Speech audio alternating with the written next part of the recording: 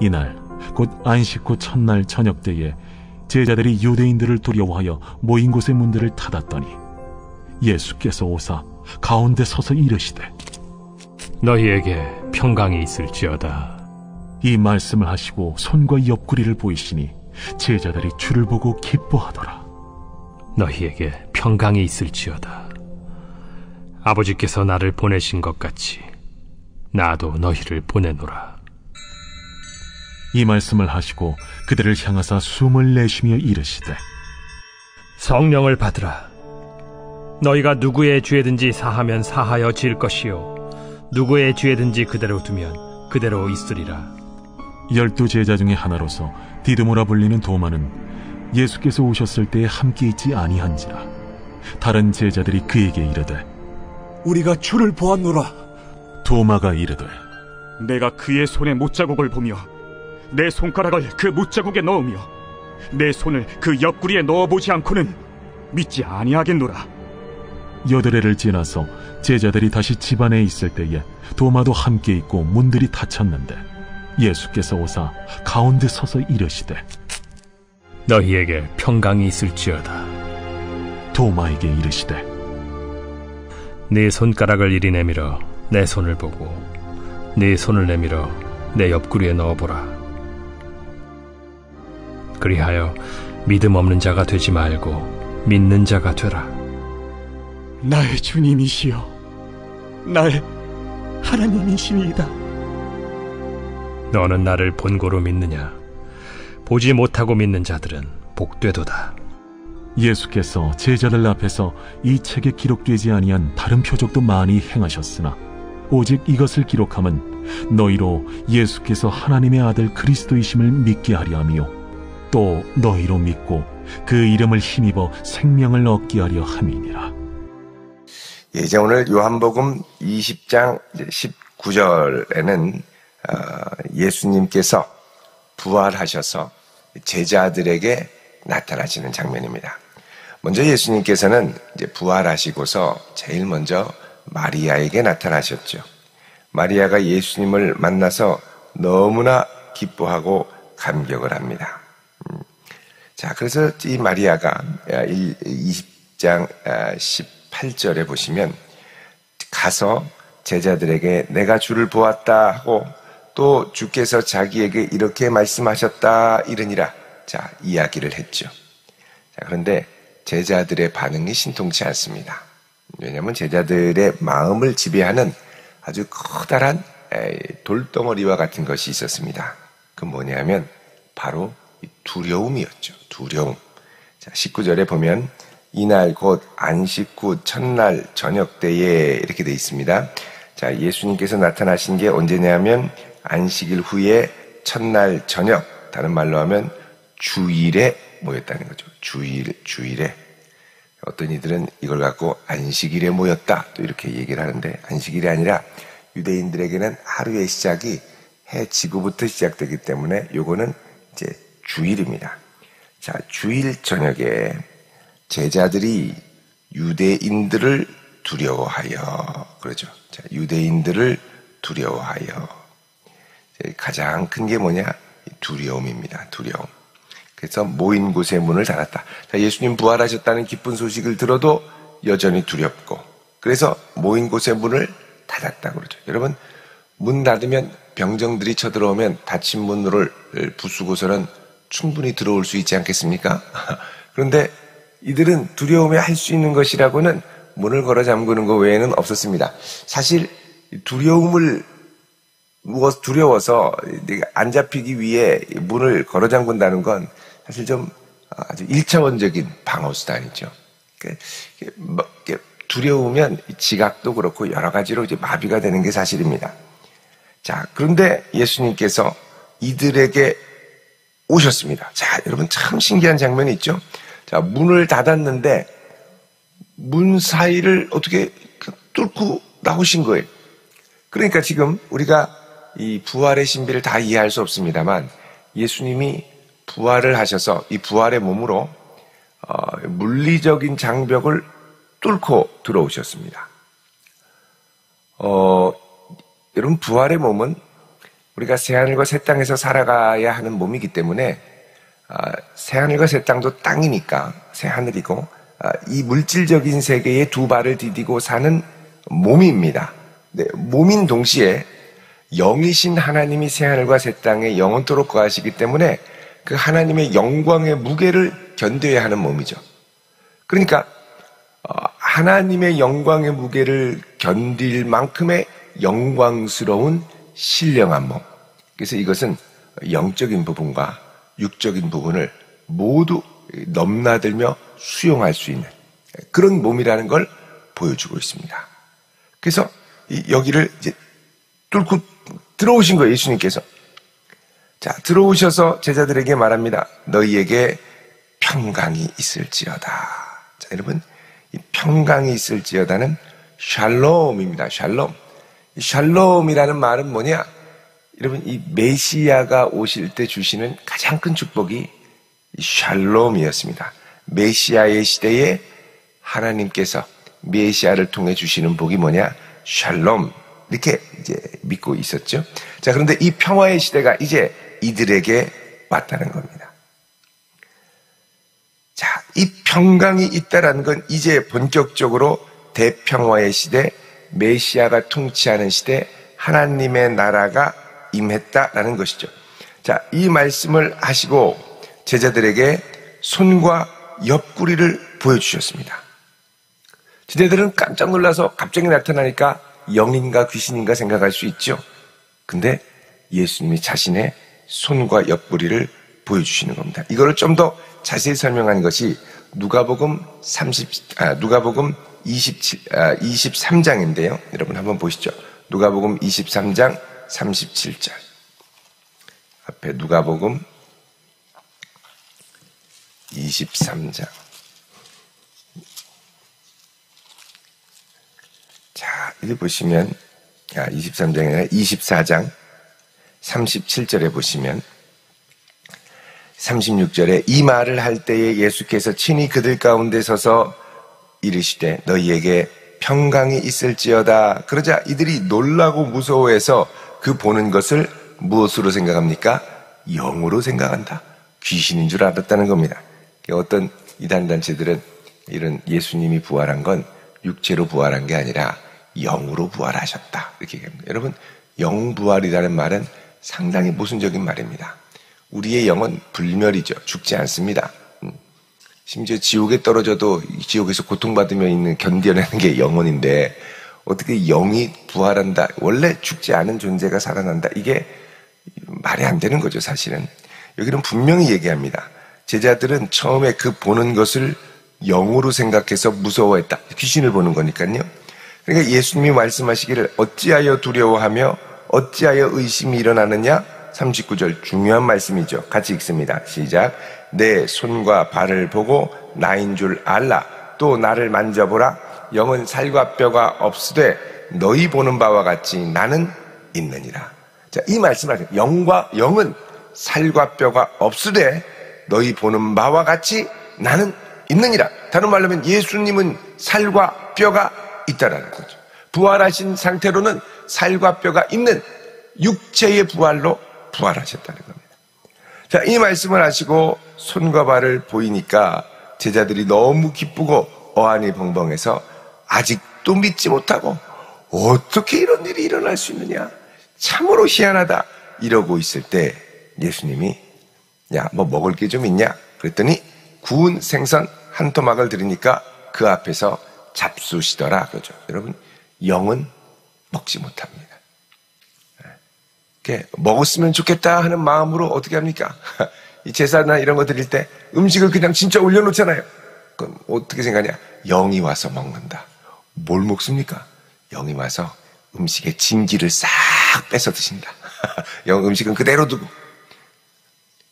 그러면은 그거 나머지 음식 끝나고 먹으면은 영양가가 하나도 없게요. 여전히 맛있습니다. 영양가가 있는 거죠. 근데 여러분 이게 이제 우리의 일종의 신념, 믿음인 것이고 같이 잘못된 믿음이죠. 예수님은 정말 부활하셔서 그 생선 토막을 드셨다니까요.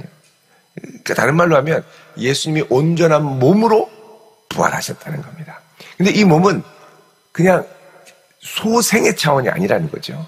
소생은 죽었다 다시 몸만 그냥 살아나는 거지만 부활해서 영광스럽게 된 몸은 때로는 공간의 제약을 뛰어넘을 수 있는 하나님의 영광의 무게를 담을 수 있는 아주 신령한 몸으로 부활하게 됩니다. 이게 이제 우리가 성도가 장차 가질 부활의 소망이기도 하죠. 너무 귀하고 감사한 것입니다.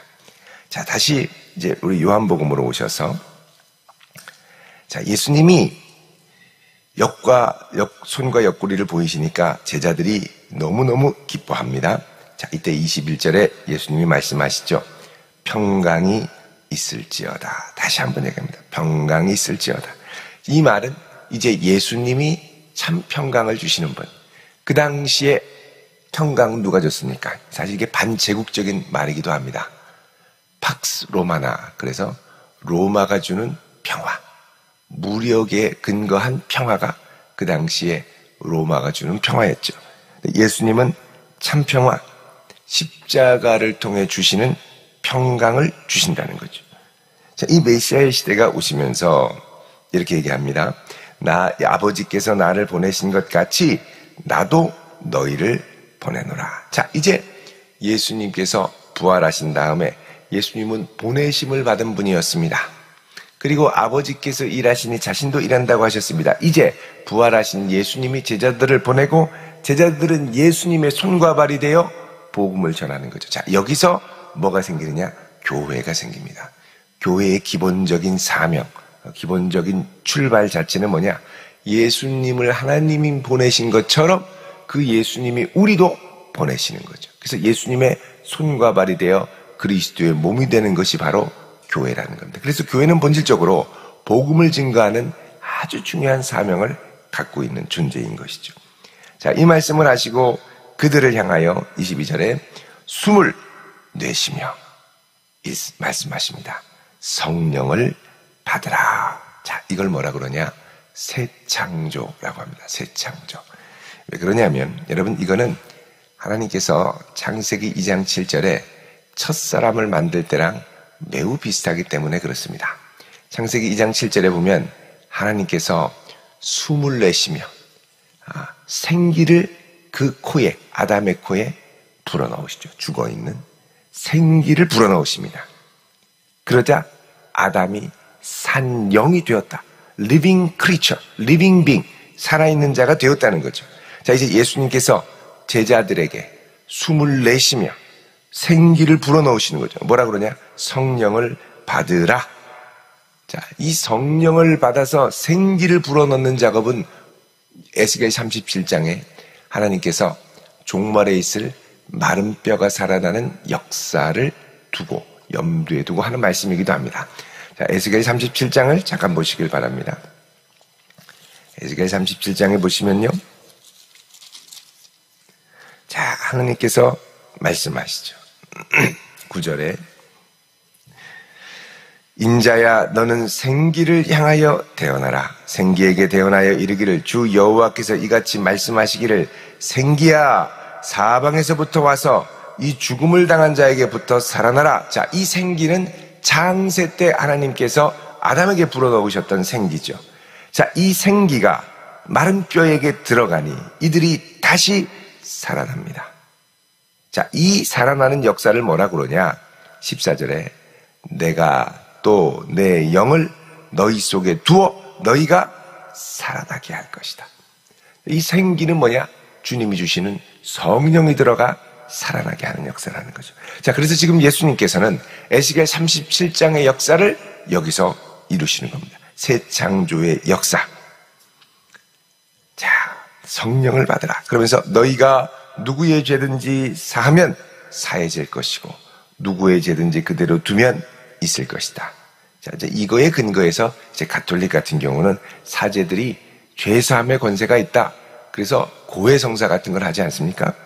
근데 사실은 이 말은 그 뜻이 아니라 이거는 너희들이 예수 그리스도의 복음을 증거하고 주님의 손과 발이 되어서 나아가서 죄사함의 복음을 증거할 때 그 예수 그리스도를 받아들일 때 죄사함을 얻게 되고 그것을 거부하면 죄사함을 얻지 못하는 역사를 이야기를 합니다. 그러니까 우리는 때를 얻든지 못 얻든지 복음을 증거해야 하는 거죠.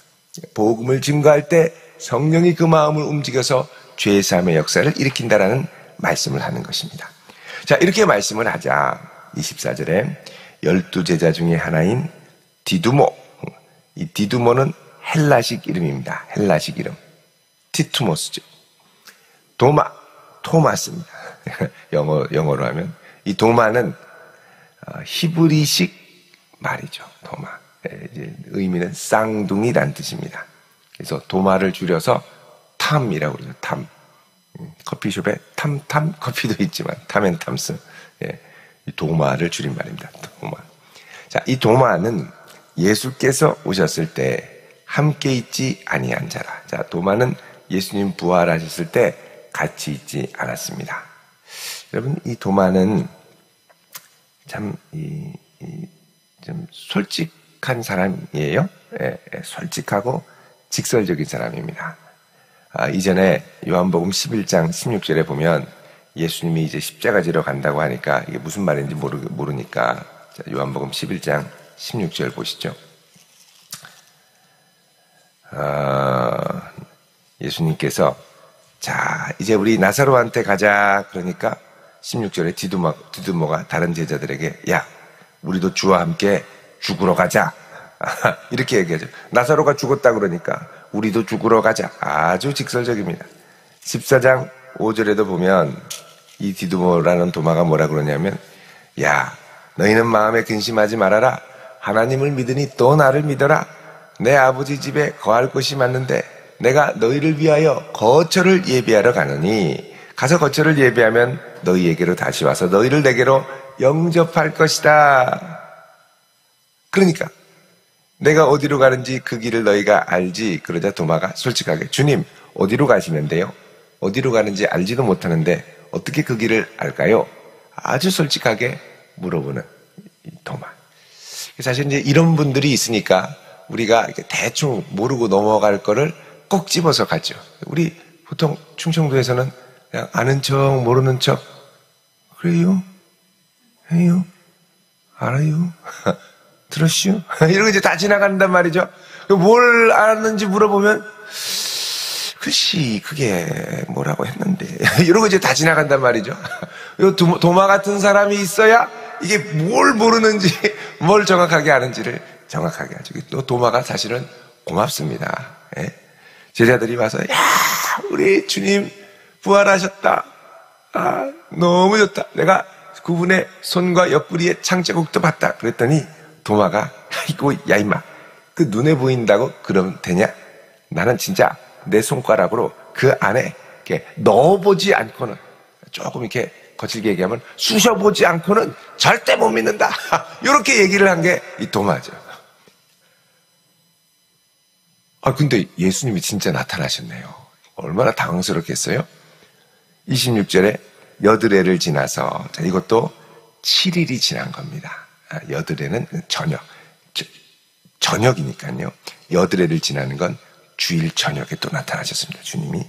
그러니까 여러분 지금 이 요한복음에 주님이 나타나시는 이 날짜들이 안식일 다음 날에 계속 나타납니다. 20장 19절에도 안식 후 첫날 저녁에 나타나시고요. 그 다음에 26절에도 안식 후 첫날 저녁 주일에 나타나시고요. 그래서 지금 이 부활 후에 모든 초점이 어디로 옮겨지냐면 주님의 날, 부활하신 날 주일로 옮겨지죠. 그래서 초대교회는 이때부터 처음부터 안식일을 계속 지켜왔다가 나중에 바뀐 게 아니라 로마 콘스탄티누스 황제 때 바뀐 게 아니라 초기부터 주일을 지켰습니다. 그래서 이 요한복음을 쓴 요한도 주일을 지켰죠. 여러분 요한계시록 보시면요. 1장에 요한계시록 1장에 10절 1장 10절 같이 읽어봅니다. 시작. 주의 날에 내가 성령에 감동되어 내 뒤에서 나는 나팔소리 같은 큰 음성을 들으니 아멘. 자, 이 당시에 이 사도 요한은 이 반모섬에 유배돼서 채석강에서 강제노동을 하고 하루 종일 시달리다가 주님의 날 주일에 성령에 감동돼요. 그러니까 주일에 성령에 감동됐다는 건 이때 요한은 예배를 드리고 있었을 겁니다. 반모섬의 동굴 안에서 예배를 드릴 때 주께서 예배 가운데 성령이 임하셔서 그에게 요한계시록의 환상을 보여주시는 거죠. 그래서 이 초대교회 성도들에게는 점점 주일의 중요성, 물론 유대인의 습관을 따라 안식일에 들어간 것은 복음을 전하기 위해서였습니다. 안식일을 지키기 위해서였기보다는 초대교회는 그 이후로는 이제 안식일이 아닌 주일을 지키기 시작했죠. 아주 중요한 부분이기도 합니다. 간과하긴 합니다만 저희들이 종종. 자, 그래서 요한복음 20장으로 다시 오시면요. 자, 문들이 닫혔는데 또 예수님이 들어오시는 거죠. 20장 26절에 잠겼는데 또 들어오세요. 예수님이 이 물질적인 것들을 초월하는, 그러면서 너희에게 평강이 있을지어다 하며 도마에게 말씀하십니다. 너 손가락 내밀어서 내 손에 넣어보고. 그러니까 이 관통에서 이렇게 넣어보는 거예요. 옆구리에도 넣어봐라. 얼마나 당황스럽겠습니까? 도마가 넣어보는 거죠. 또 넣어봐요. 또. 그러니까 여러분, 이거는 두 가지 도전입니다. 부활의 몸이란 우리가 알고 있는 육체적인 몸을 벗어나는 물리적인 한계를 뛰어넘는 몸이고, 동시에 영광스러운 몸이다. 육체성을 갖고 있지만 육체의 한계를 뛰어넘는 몸이 부활의 몸입니다. 이렇게 보니까 정말 예수님 살아계시고 진짜 못자국이 들어가거든요. 만져지거든요. 이 영이면 이렇게 늦는 신용만 하는 거죠. 진짜 만진 거예요. 그러니까 예수님이 야, 믿음 없는 자가 되지 말고 이제는 믿는 자가 되라. 이제는 뭐냐? 믿음에 머물러라. 부활의 믿음에 머물러라. 그 도마가 깜짝 놀라서 나의 주님이시오 나의 하나님이니이다. 주님이 너는 나를 본고로 믿느냐? 보지 못하고 믿는 자들은 복되도다. 안 보고도 믿는 복된 복음이 펼쳐지는 것이죠. 여러분, 도마는 나중에 인도에 가서 복음을 전하다 죽습니다. 이 전설에 따르면 도마가 이 피부가 40일간 이 고문하는 사람들이 베끼면서 예수를 부인하라고 고문을 강하죠. 그 가운데도 끝까지 지키며 살아있던 예수를 증거했던 도마의 모습. 사실 이때 보지 못하면 못 믿는 도마가 이걸 계기로 완전히 예수를 부활하신 줄로 확신하는 계기가 된 거죠. 지금 인도에 가면요, 도마가 무덤에 가면 다 죽었는데 뼈만 남았는데 도마의 손가락만 시커멓게 해서 아직 살아있다고, 안 썩었다고 전시를 해놨습니다. 그게 도마의 손가락인지 아닌지는 모르겠으나 진짜 손가락이에요. 왜 손가락만 있냐 그랬더니 다른 건 다 썩었는데 이 손가락으로 부활의 몸을 이렇게 만져봤거든요. 그래서 여기 아직까지 이것만 남아있다는 거예요. 참 놀랍죠. 이게 접했는데도 그럴 정도면 나중에 우리가 얻을 영광의 몸은 얼마나 클지 짐작을 할 수 있겠습니다. 자, 이 놀라운 역사를 말하고 30절에 예수께서 제자들 앞에 이 책에 기록되지 않은 많은 표적도 있지만 오직 이것을 기록하면, 자, 요한복음에는 7개의 표적이 나온다고 그랬죠. 7개의 표적. 예수님이 하나님의 아들을 보여주기에 충분한 표적. 7입니다. 완전수. 오직 이것을 기록함은 너희로 예수께서 하나님의 아들 그리스도이심을 믿게 하려 하며 너희로 그 이름을 믿고 그 이름을 힘입어 생명을 얻게 하려 함이라. 자, 생명을 얻게 하려 함이라는 건 그냥 얻도록 하는 게 아니라 이게 엑세테라고 하는 현재형이라서 지금 현재 계속해서 소유하며 살도록 하기 위함이라는 겁니다. 그 생명을 얻고 지금 내가 현재적으로 누리는, 결국 이 성경 전체의 핵심 주제는 뭐냐? 예수 그리스도고, 예수 그리스도를 통해 우리가 얻는 건 뭐냐? 그분이 주시는 그 이름을 힘입는 생명이라는 겁니다. 이 성경 읽는데 엉뚱한 다른 교주 만나서 그분이 보혜사다, 잘못된 거죠. 성경을 읽으면 읽을수록 오직 부활하신 예수 그리스도, 지금 여기에 살아계신 예수, 그분이 주시는 부활의 생명이 충만해져야 한다고 말씀합니다. 이 귀한 생명을 만끽하며 황홀한 은혜 가운데 살아갈 수 있는 복된 성도 되시기를 주의 이름으로 축원드립니다. 기도하겠습니다. 우리를 위하여 죄와 사망의 권세를 이기시고 부활하신 예수님을 찬양합니다. 부활의 몸으로 우리도 장차 부활할 것에 대한 산 소망을 알게 하시고 이제 그 부활의 소망을 따라 예수의 생명으로 살게 하심을 감사합니다. 그 이름을 힘입어 생명 주셨사오니 세상이 알 수 없는 평강 가운데 날마다 주를 의지하며 담대하게 나아가게 하옵소서. 우리에게 생명 주신 주님을 사랑합니다. 주님 감사합니다. 우리 주님을 더욱 사랑하며 살게 하옵소서. 예수님의 이름으로 기도드립니다. 아멘.